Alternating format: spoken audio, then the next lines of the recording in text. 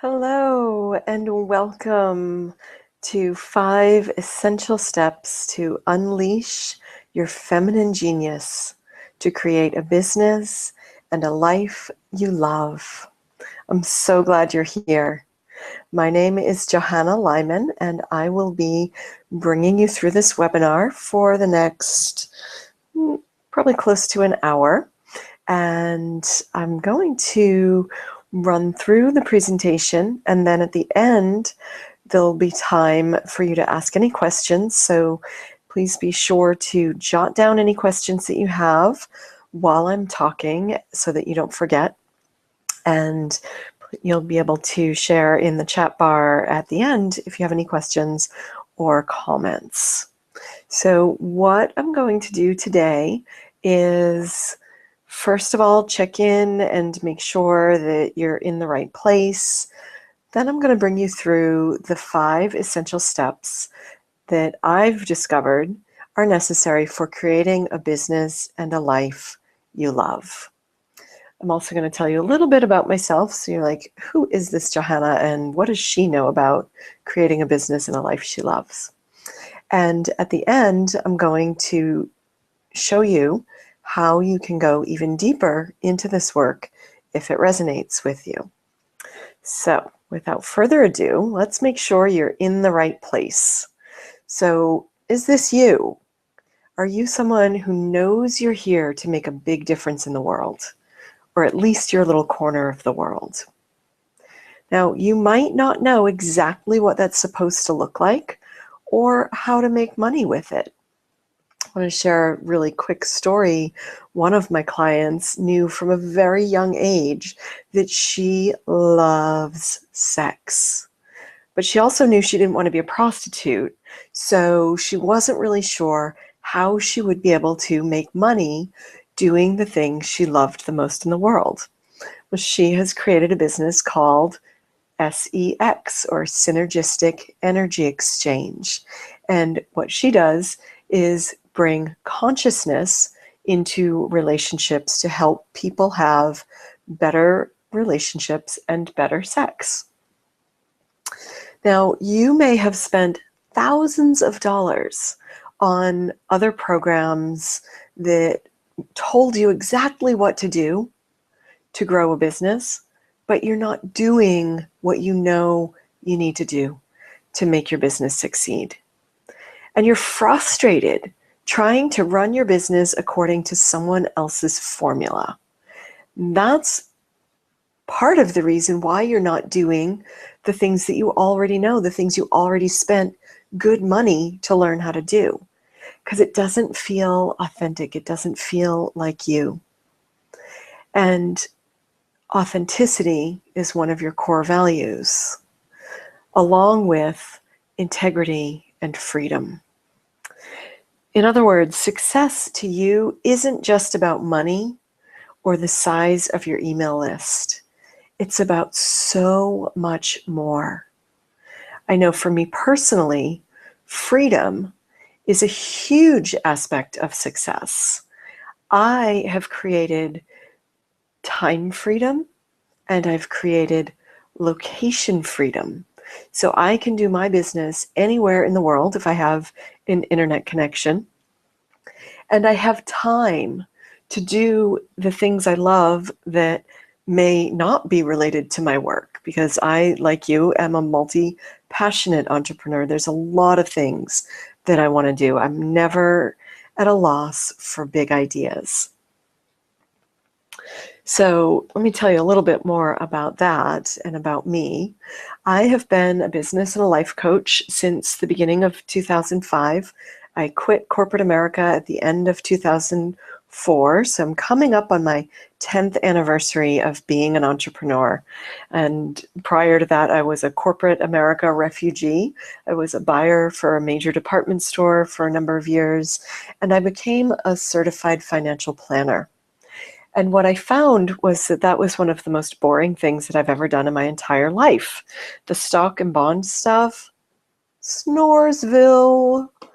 But what I loved was helping people understand their relationship with their money and helping them get into a place where their relationship was actually helping them create more money and not blocking them from receiving money. Now, I'm also married. I've been married for 23 years and still absolutely crazy in love with my husband. We've been together for 28 years. So yes, I was a child's bride. I'm the mother to an incredible 17-year-old daughter who's a freshman in college now. And yet this little picture at the bottom of the screen was me 2 years ago.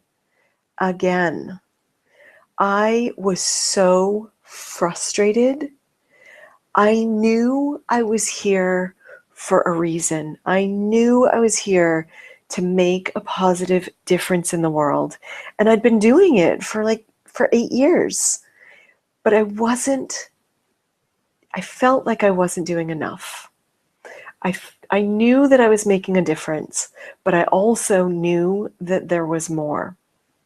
And unfortunately, listening to that voice that said there's more, I didn't hear there's more. I heard I'm not enough. I'm not good enough. You see, what had happened is when I became a coach at the end of 2004, beginning of 2005, I became an abundance coach because I knew a lot about money. I was a certified financial planner at the time, and I had this really interesting insight into people's relationship with money. So I expected when I became a coach that I would have a lot of folks coming to me for budgeting and financial planning and all that kind of stuff, and that never happened.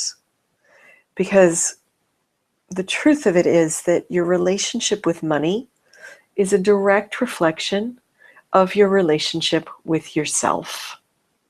Specifically, how much you love yourself and accept yourself is going to be reflected in your bank account.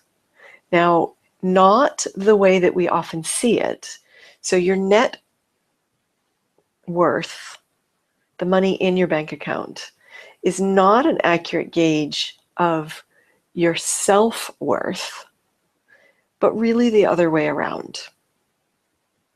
And I just realized that might be a little bit confusing, and that was a bit of a tangent that I was not expecting to go down, but I do that sometimes.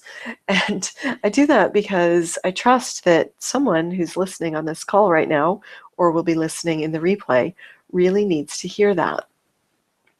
And so I wrote a book about that. I wrote a book called Attracting Abundance: 4 Powerful Practices to Align Your Life with Your Life's Purpose. Because what I learned, both in working with my own self and with my clients, is that there's got to be some integrity and some congruency between how you feel about yourself and how you offer yourself out into the world. And when that congruency isn't there, neither are the clients or the sales or the business that you need in order to be successful. And so in 2008, I wrote this book about abundance, and rather than do the thing that most people do and say, great, I'm an expert now, I've written this book, let me go pimp my book and go on a speaking tour and start getting clients because I'm this expert. Oh no, that would have been too easy. Instead, what I kind of said, okay, that's the pinnacle, been there, done that, I have the t-shirt, I've learned everything I need to know in this arena, what's next? Because I knew there was something more for me than just being a money coach. Now, at the time, you might remember I told you I was madly in love with my partner of 28 years. Well, we hit what is euphemistically called a rough patch in 2007, and we separated. And I actually left the relationship. I moved out. I took my young daughter with me. And I was really sure that we were going to get divorced. And I went through an incredibly painful year of figuring out that even though I wanted it to be all his fault, that was not exactly what was happening. Because in any relationship, it takes 2 to tango. And so I had this year of deep soul searching and a lot of emotional pain from not wanting to take responsibility for my piece of the relationship dynamics. And we ended up getting some therapy and figuring it out actually pretty quickly. And we created a whole new relationship that is way better than the one we started with. And it just so happened in the fall of 2008, I was at a business conference and there was a marketing expert there. And she was talking about finding your niche and really drilling down into your people. And I didn't really know who my people were as an abundance coach. And I was already getting this like sort of disgruntled, that's not enough, there's got to be more to it than this. And I shared a little bit of my story with her and she kind of flipped out. She was like, do you know how many women are in long-term relationships and they don't know whether they should stay or go, and they spend so much time and energy trying to figure it out? And it turned out she was one of those people, but I didn't know that because I was just in my own experience. And so with her prompting, I actually completely changed the marketing for my business and became a spiritual love coach, which is a fancy way of saying relationship coach. And I was doing the exact same work because just as your relationship with money is going to show you how you feel about yourself, your relationship with a romantic partner, is going to do the same exact thing. Our most emotionally charged relationships are with sex and money.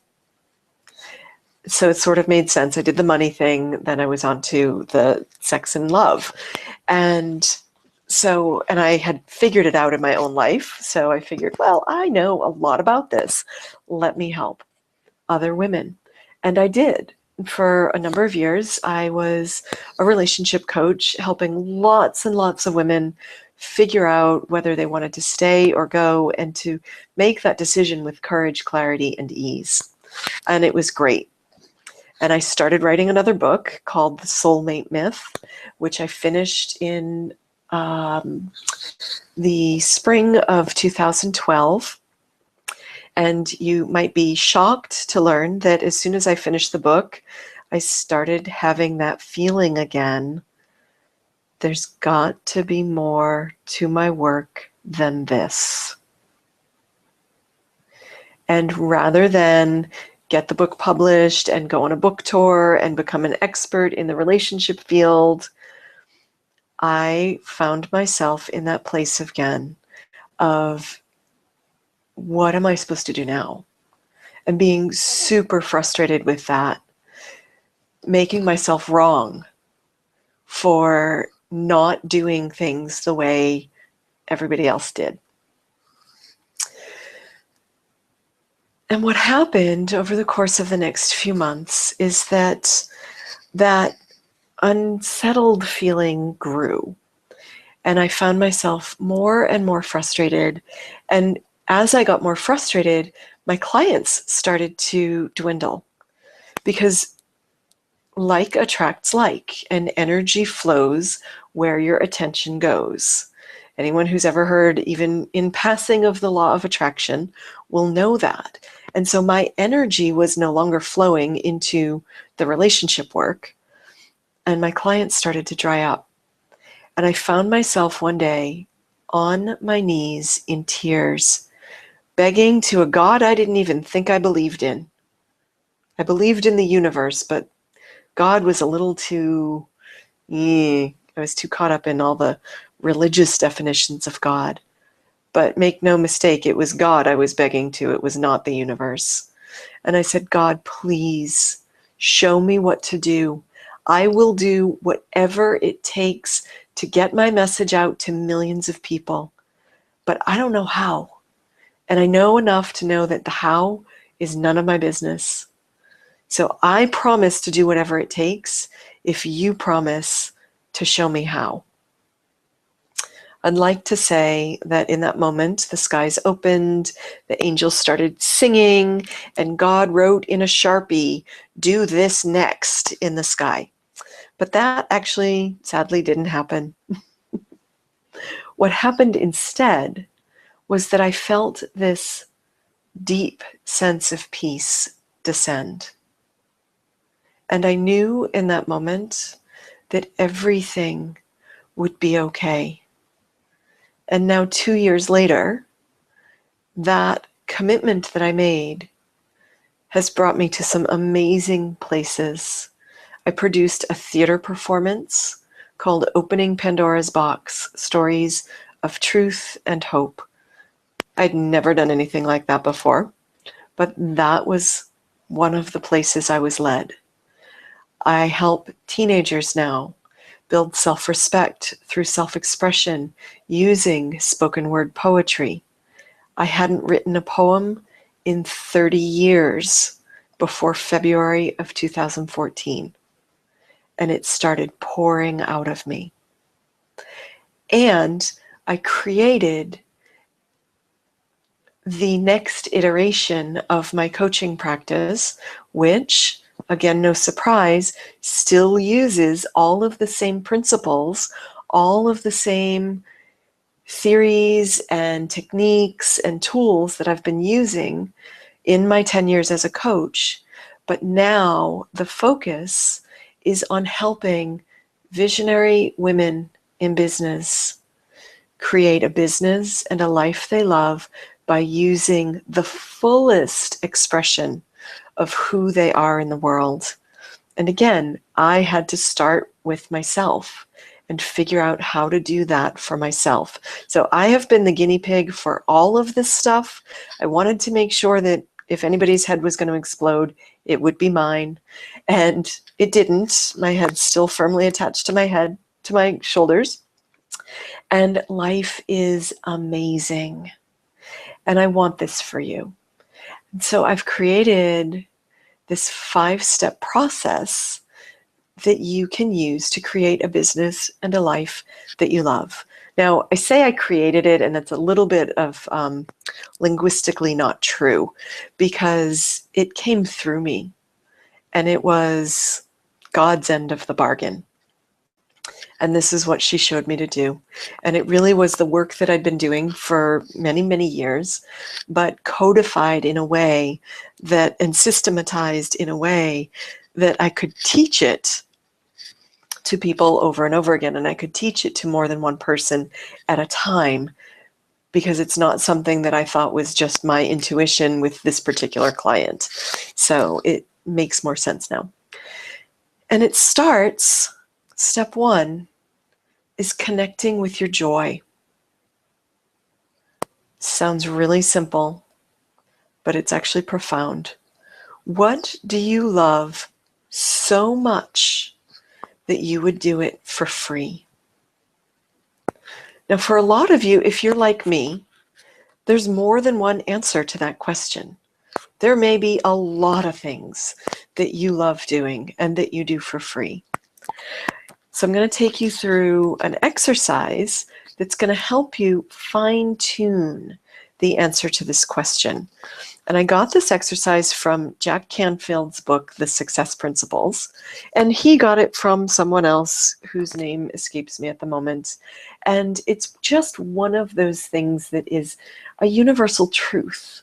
So it is an exercise that is helpful to anybody looking to figure out, who am I and what do I want to do with my life? And I'm going to run through it rather quickly, so I invite you to write down the questions and then actually do the exercise after this webinar. So the first question is to list 2 of your unique personal qualities. And a couple of examples, it might be enthusiasm, it might be creativity, it could be perseverance. But 2 of your unique personal qualities, and I would recommend picking 2 that you really like and appreciate. So if perseverance is one, but you really don't like being so persistent, then don't choose that. The second step is to list 1 or 2 ways that you enjoy expressing those qualities while you are interacting with other people. Right? My husband loves to mountain bike, but he likes to mountain bike on his own. He doesn't like to do that with other people. So that would not be one of the ways of expressing your unique qualities. The example here, teaching or speaking, could be writing. The third step is to assume that the world is perfect right now. What does this world feel like? How is everyone interacting with everyone else? What does it look like? What's happening in the world? And remember that the perfect world is a really fun, joyful place to be. So write down your answer as a statement in the present tense, describing this ultimate condition, a perfect world as you see it and feel it. And so an example from my world, a perfect world would be a place where everyone is honored and valued for all of their unique qualities, that their differences are valued and they're not made to feel ashamed of the things that make them unique. And then the fourth step is to combine those first three statements into a paragraph or single statement. So pulling it all together, my life purpose is to use my enthusiasm and creativity while teaching and speaking in order that everyone can be valued for their unique qualities and traits. That's just kind of off the cuff. You can take some time and play with it a little bit, but this is the general template for figuring out how to create a life that you love. Now, for some people, they don't know what they love, but they know what they don't love. And I don't have a slide for this, but if this life purpose exercise is challenging for you, try it this way. Try thinking about an experience that you had that was so painful that you never want anyone else to have to experience that ever. And then flip that to its opposite. So my personal experience was that my unique qualities were not valued, and I experienced a tremendous amount of shame and judgment just because of who I was as a human being. And I don't ever want anyone to have to experience that shame and that judgment again. And that's why I do what I do in the world. Step 2, joy. Just own yourself is my little definition of the word joy. Step 2 is about integrating all of the parts of you through radical acceptance. Because of my upbringing, I didn't accept many of the parts of me. I was too loud, I was too flamboyant, I was too creative, I was too pie in the sky. I was too much of many things and not enough of what mattered. And it took me going through a very long and painful process where I was blocked in my joy because my inner child didn't feel safe. My inner critic would not shut up for love or money. The shadow aspect of myself, that part of me that I didn't want to acknowledge existed, sabotaged my success over and over again. And there was an imbalance with my inner masculine and feminine essences. Now, each of us, whether we're born in a male's body or a female's body, we each have both masculine and feminine traits. And in our culture, unfortunately, we sort of bow to the masculine. We greatly value masculine traits of getting things done and crossing things off your to-do list and making things happen and going from point A to point B in a straight line. And we don't value the feminine traits that are more about being receptive and allowing and flowing and collaborating and creating and connecting. And what happened to be true for me is that I had a very strongly developed masculine persona from all that time I spent in corporate America, but it wasn't really me. And so I didn't even know who I really was. So of course, when I popped out of corporate America into being a coach, I was coming from a masculine presence that wasn't authentic. And since authenticity and integrity are core values of mine, and they weren't showing up in the work I was doing, maybe you've experienced this, there was a rub, there was friction, there was tension, and I was getting clients, but then I would have setbacks. And, I'd get lots and lots of clients, and then they'd dry up. And it's all because I was not in alignment. My inner child didn't feel safe because I wasn't safely expressing myself authentically. My inner critic was yabbering away because she knew I wasn't completely in integrity. And that shadow aspect was like, oh, you don't like people who are out of integrity? Boom, here it is again. Because I was out of integrity and I didn't even know it. And all of those things add up to one big fear of not being or having three things: safety, love, and acceptance. And there's a part of our brain, what I call the critter brain, that is responsible above all else for keeping us safe. Safe to the critter brain means alive. So this critter brain, this ancient part of your brain, is constantly searching for danger. And it will not do anything that it doesn't think is safe. And unfortunately, this part of your brain doesn't think that anything new is safe because it doesn't have proof that you've survived it. All right, so there's a lot of ways that you can get around that, but you can't get around it without bringing that part of your brain on board.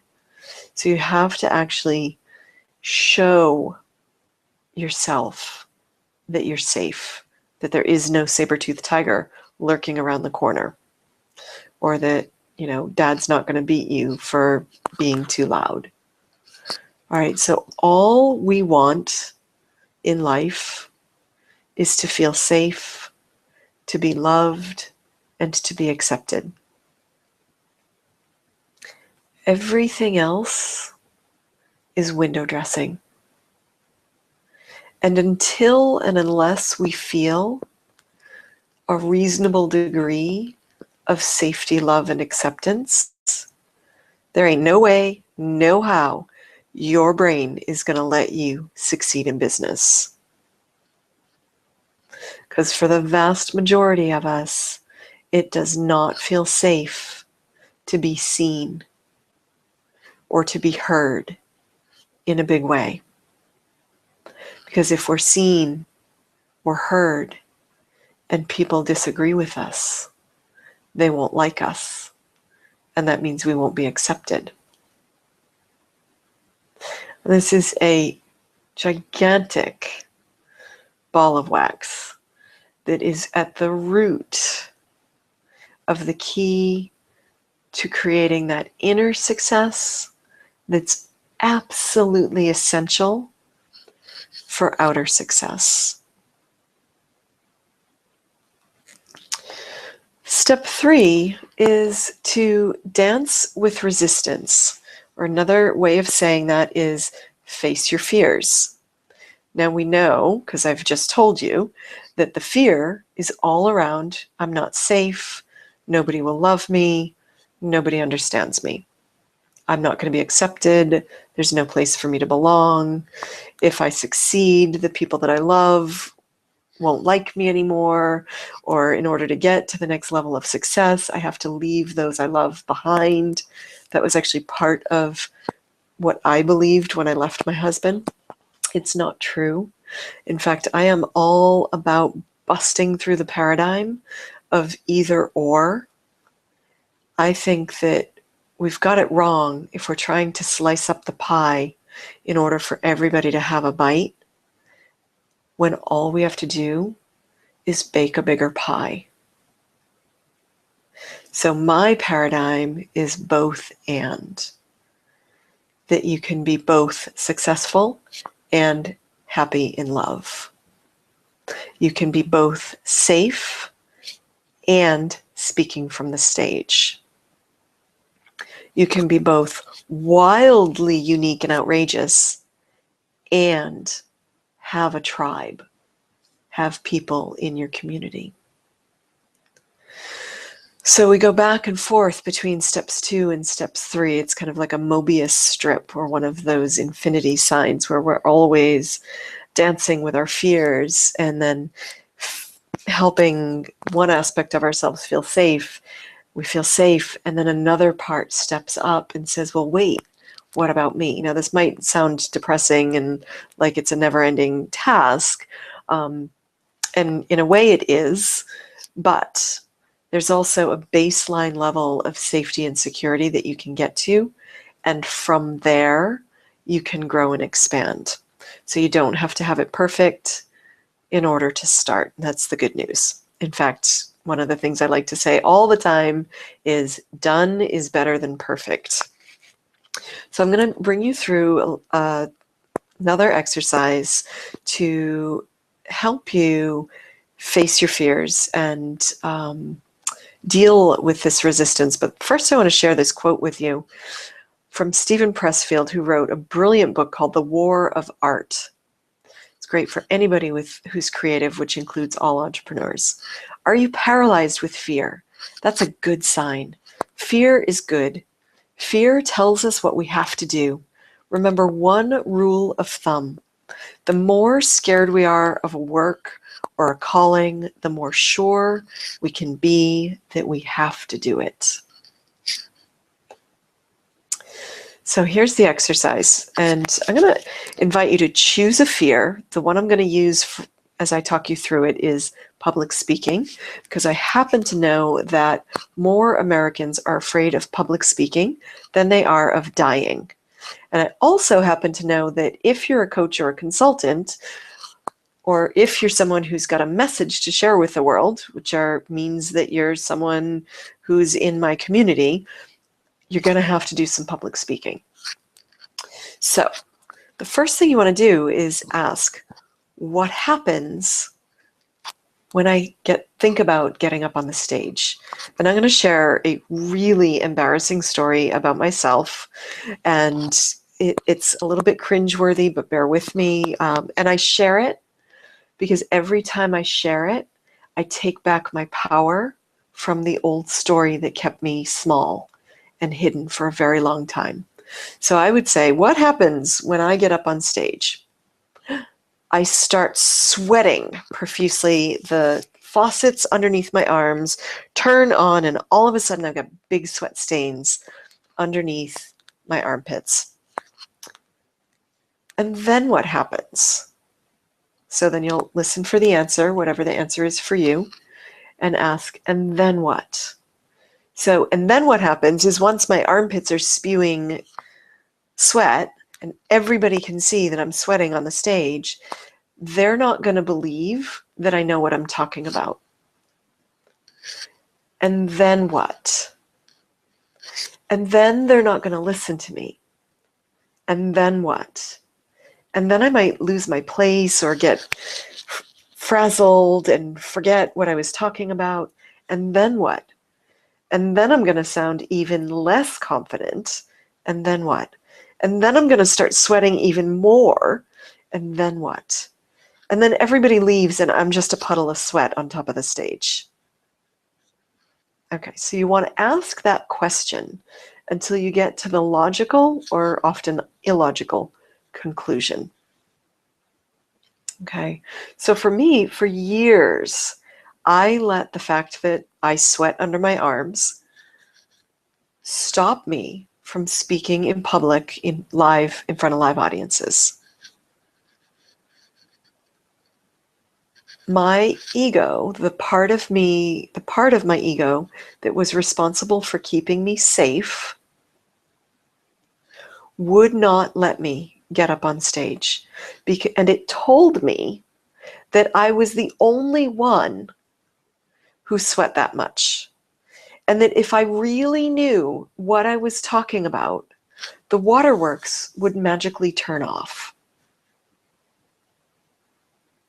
Now, most of you probably know that that is just a bald-faced lie. I didn't know that.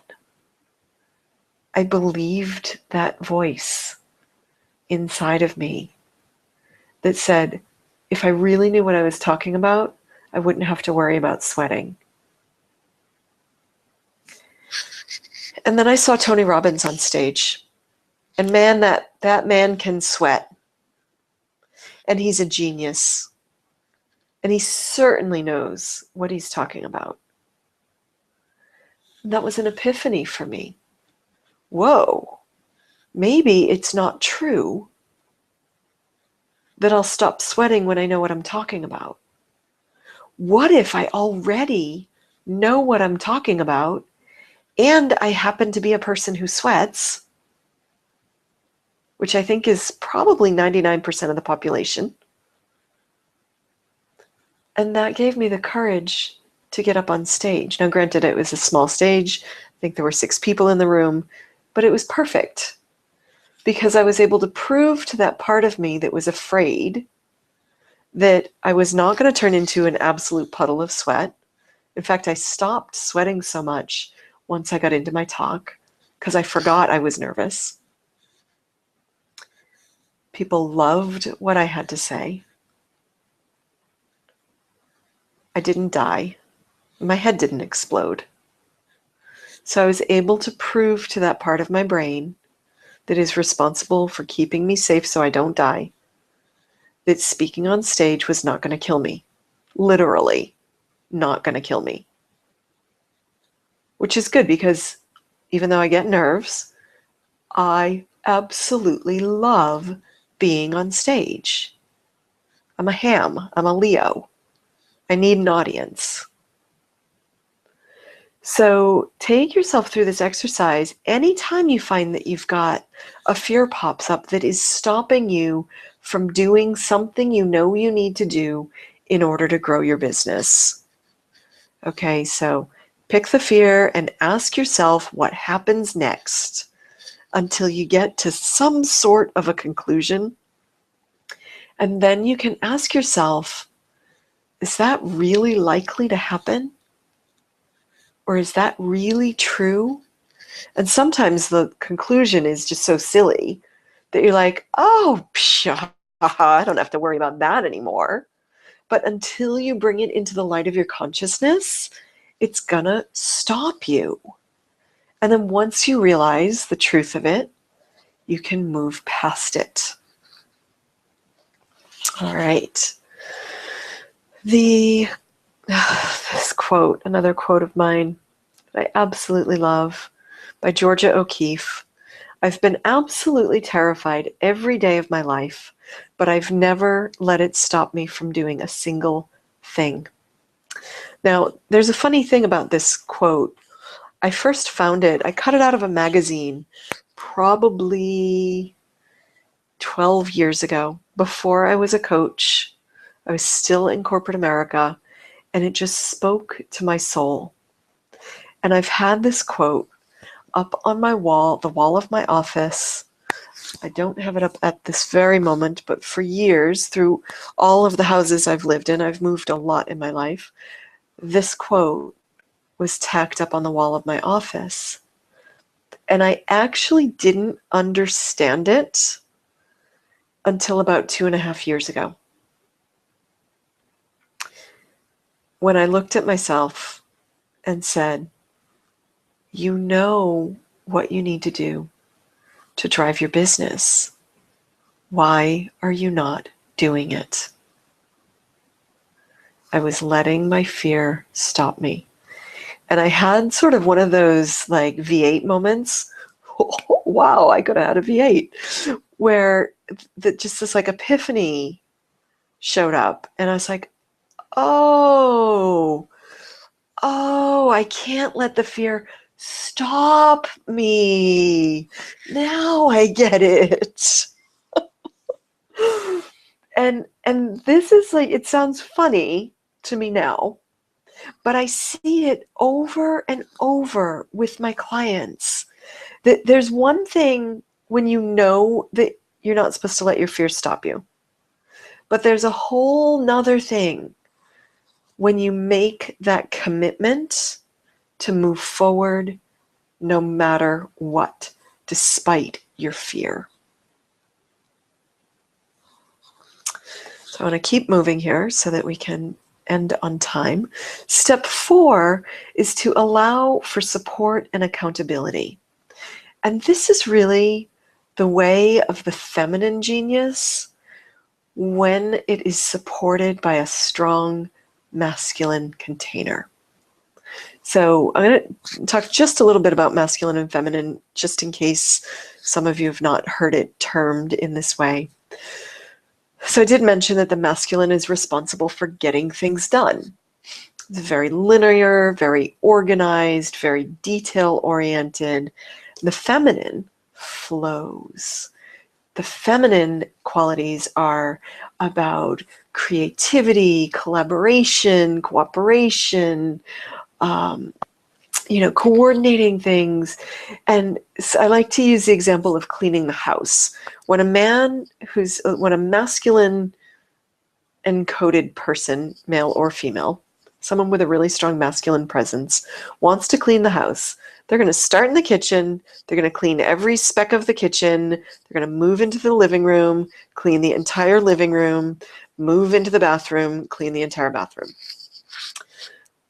Someone who's really strongly in their feminine presence is going to start in the kitchen and then pick up the mail and move up to the office and file all the mail and go back down into the kitchen and clean up a little more and then find something else and, put that away and end up in the living room and dust the living room and come back and forth. And at the end of the day, both ways get the job done, but it looks very different on the way to the finish line.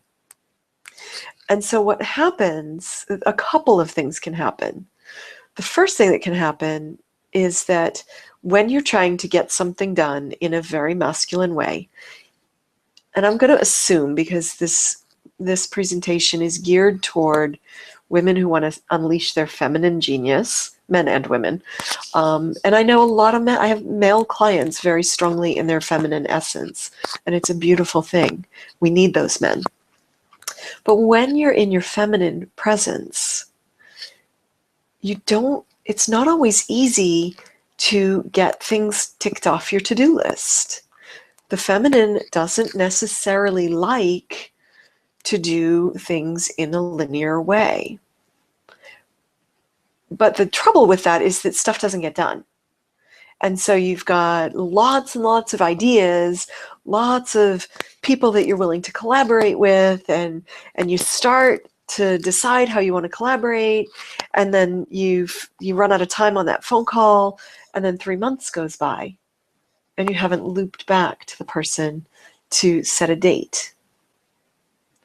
And so this work is about creating a strong masculine container that doesn't strangle the feminine, that creates plenty of room for that feminine genius to flow, but does it in a way that gently leads and directs that feminine flow constructively and productively. So that's the accountability piece, has to do with creating this masculine container of accountability where, who are you accountable for? When you want to get something done, is there someone in your world that you say, hey, ask me on Friday if I did the video series I said I was going to do? Or ask me on Friday if I reached out to 5 people who said they wanted to do a strategy session. You need someone like that in your life if you want to have a successful business. The support piece is the more feminine flow.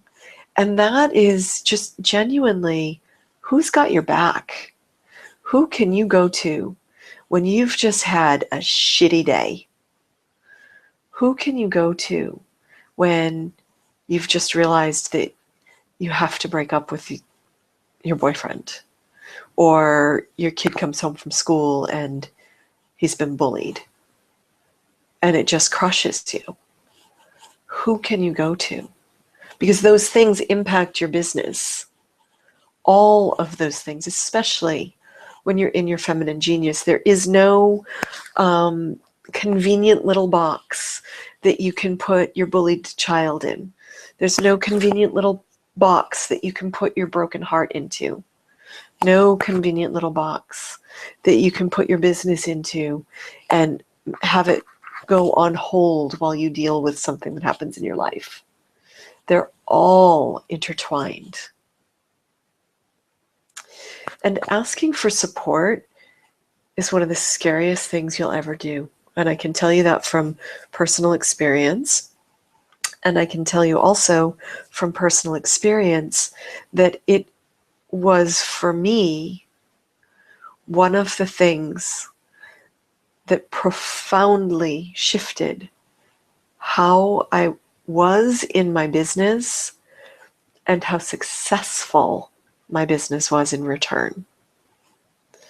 For years, I mentioned I had that masculine persona, right? I had a mask on that I was the expert. I knew it all. I knew how to fix the problems. I knew exactly what to do to make your life better. All very masculine traits, all very wonderful traits. And the truth is that I am someone who's very smart. I'm someone who is extremely capable. I do know a lot.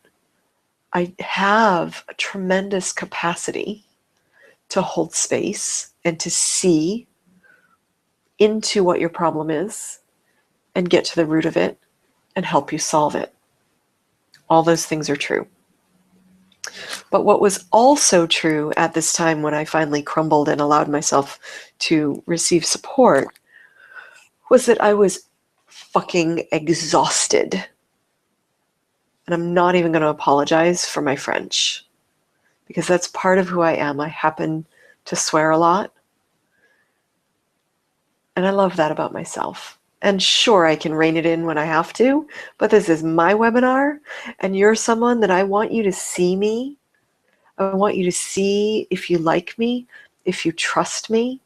And if I don't swear, that's not me being totally authentic. So if you don't like that, please feel free to hang up. I love you. I support you, and I wish you well on your journey. But I was fucking exhausted from trying to do it all by myself, from not allowing myself to show my vulnerability, my weakness, my fear to anyone. I had no one that I could really show all of that to. My husband saw some of it, but I was even afraid to show it all to him, because I was afraid he would stop supporting me. He is my #1 fan in my business. And I was afraid that if he saw how scared I was and how exhausted I was, he would stop believing that I could actually do this. And the day, I remember it like it was yesterday, I was having lunch with some of my soul sisters, and one of them said, Johanna, aren't you ever in bed under the covers, curled in a ball, crying your eyes out? I always see you when you've figured it out, when you know what to do. Shout out to my woman, Jessica. Thank you. Was one of the most helpful things anyone has ever said to me. Because I said, God, no. Of course I'm huddled in a ball, scared to death sometimes. She's like, I want to see that. Why won't you show me? And that was when I realized that the expert was actually a mask. And while it was part of who I am, it wasn't all of who I am. And I let my hair down. It was long at the time, so I could do that. And I let these sisters see me at my most vulnerable. And I was a sobbing, snotty-nosed mess in the middle of a restaurant outside on the sidewalk in Santa Clara, bawling my eyes out. And that opened something inside of me. And when I allowed myself to show the soft, vulnerable parts, people actually liked me more. Which was not the story in my head. The inner critic was saying, if you show them you're afraid, they won't like you, they won't trust you. And the truth is that I am absolutely terrified every day of my life, still to this day. And I don't expect that to ever change, but I don't let it stop me anymore because I have the support that I need. I know that when the fear feels bigger than my vision, I can call someone and say, hey, will you remind me again about how big my vision is? And I get a hell yeah to that. So allowing for support and accountability. I think of all of the 5 steps. I was going to say of all the 5 steps, this is the most important, but they're really all essential. This was the hardest one for me. That's what I can say authentically. To allow for the support. And then I sort of did a pendulum swing when I allowed myself to open to the support, allowed the vulnerability to come in. Then I sort of lost the masculine part of me. Frankly, was so exhausted that he just needed a break for a few months. And so then I didn't have that strong masculine container to run my business. So I didn't have the accountability. So I still was floundering a little bit. But I came back into balance. And the combination of that really helped me integrate the masculine and the feminine inside of myself, honoring all of who I am, honoring both parts of me. And then just from that place of honoring both, knowing when it's appropriate to call in the masculine and when it's appropriate to call in the feminine, and to allow them to dance together in a way that deeply serves me. All right, I'm going to move on again. You know, in each of us, there is a little of all of us, and we forget that, but it's true. Step 5, take consistent daily actions. It is not sexy, but it works. In fact, I was just saying to a client of mine yesterday, like, dude, you gotta do the shit you know to do. You gotta stop pretending that you don't know what to do, because you do know. You know, for example, that if you deliver a live talk once a week, you're going to get 2 to 5 prospects who are interested in doing a strategy session with you. And when you do a strategy session, you know that you're going to convert whatever % of those people that you typically convert. All right, you know you're going to get new clients if you consistently give talks. whether that's in person, on a webinar, on a teleclass, doing an interview, it doesn't matter. You got to get your message out.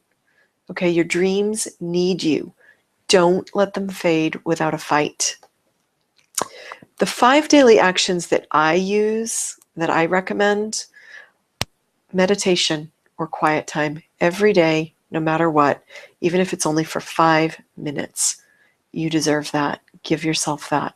Try to start the day with it. I'd like to say I always start my day with it. I don't. That would be a lie.